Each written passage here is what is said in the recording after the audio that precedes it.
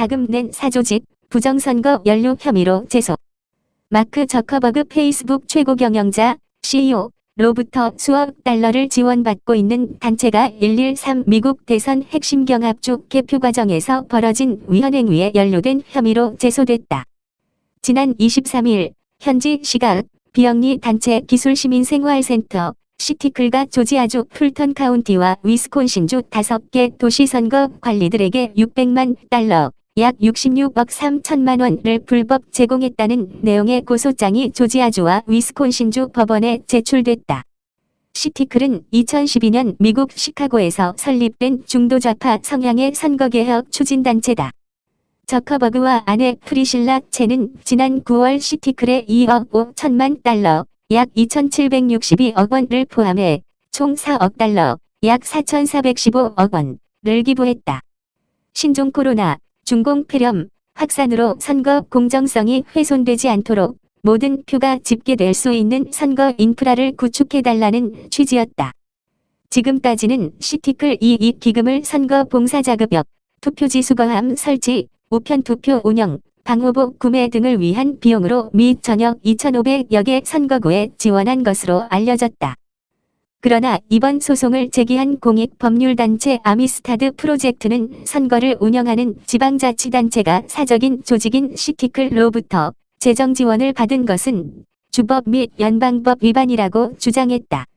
이 법률단체는 위스콘신주 대법원에 제출한 고소장에서 위스콘신 주법에는 선거를 관리하는 도시나 카운티가 정치 편향성과 이해관계를 지닌 거액의 자산가에게서 수백만 달러 재정 지원을 받도록 허용할 근거가 없다고 지적했다. 또한 조지아주 풀턴 카운티 고등법원에 제출한 고소장에서는 규제를 받지 않는 민간 자금이 시티클로부터 투표 수확 자금으로 정치활동가들에게 지급됐다고 주장했다. 이 돈이 도심의 대형 개표소 운영자금으로 들어가 선거법에서 규정한 양당 참관인 감시를 배제한 채 수십만 표의 수상한 투표를 비밀리에 처리하도록 하는 데 사용됐다는 것이다. 이 법률단체는 저커버그 자금이 펜실베이니아에서도 선거를 민주당에 기울도록 만드는 데 쓰였다고 주장했다. 위스콘신주 선거 공무원들은 지난 27일 이번 소송에 대해 무익한 법적 논쟁이라며 반발했다. 아미스타드 프로젝트의 필 클라인 집행이사는 에포크타임스와 인터뷰에서 저커버그 자금은 실제로 민주당 우세 지역에서 결함이 있는 부재자, 우편, 투표를 고쳐서 유효표로 만드는 작업에 투입됐다며 이는 펜실베이니아 주법 위반이라고 말했다.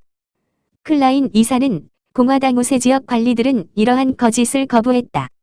저커버그의 돈을 받지 않아 투표지 변경 작업을 할 재원도 없었다며 저커버그 자금이 지역 정치 성향에 따라 선거 운영을 다르게 하는 이중 선거제도 구축에 쓰인 셈이라고 했다.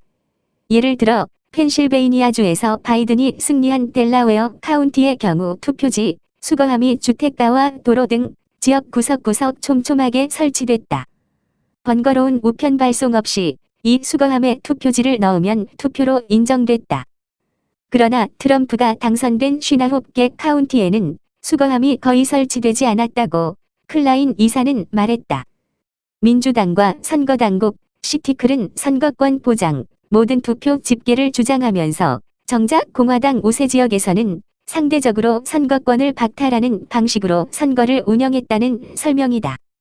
클라인 이사는 이는 저커버그가 재정 지원한 선거 시스템이 지금까지 해온 방식이라며 민주당은 불법 합법을 가리지 않고 모든 투표를 허용했다. 그러나 공화당 우세 지역에서는 신종 코로나를 이유로 현장 투표소를 폐쇄했다고 지적했다. 덧붙여 이는 헌법에 규정한 평등한 투표권 보장의 원칙 위반이라고 주장했다. 이 밖에 투표지 수거함으로 인해 일부 지역에서 보관 과정에 따른 안전성 문제 등 선거 보안 이슈도 있었다고 전했다. 기술시민생활센터 시티클은 어떤 단체? 시티클은 민주당의 디지털 활동가를 양성하던 진보성향 비영리단체 새로운 조직화 연구소 뉴 올거나이징 인스티튜트 출신들이 세운 조직이다. 저커버그 부부 외 이베이 설립자인 피에르 오미디아르의 민주기금, 데모크라시 펀드, 록펠러 형제 재단 등이 이 단체에 기부한 것으로 알려졌다. 시티클은 이번 대선에 앞서 지방자치단체들로부터 자금 지원 신청을 받아 지원 협약을 체결하고 선거 운영 자금을 제공했다. 에포크타임스가 입수한 지난 8월 시티클과 필라델피아 시정부 사이의 협약서에 따르면 시티클은 신종 코로나 사태 와중에 시 측의 선거 운영을 돕기 위해 1천만 달러, 110억 5천만 원을 지원하기로 했다. 이 협약서에서는 시티클 측이 특정 요건 미달 시 지원금 지급을 중단 또는 보류하거나 반환 요청할 수 있도록 하는 조항이 포함됐다. 에포크타임스는 저커버그와 페이스북이 올해 선거에 강력한 영향력을 행사하는 개인, 기업으로 부상했다고 보도한 바 있다. 아미스타드 프로젝트는 보수 성향의 공익 법무법인 토머스 무어 재단에서 이번 대선이 준법 선거로 치러지도록 출범시킨 선거감시 공익 법률단체다.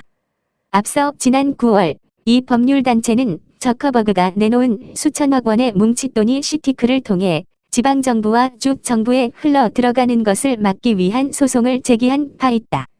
이 단체에 따르면 돈이 일부는 선거를 감독해야 할 판사들에게까지 들어갔다.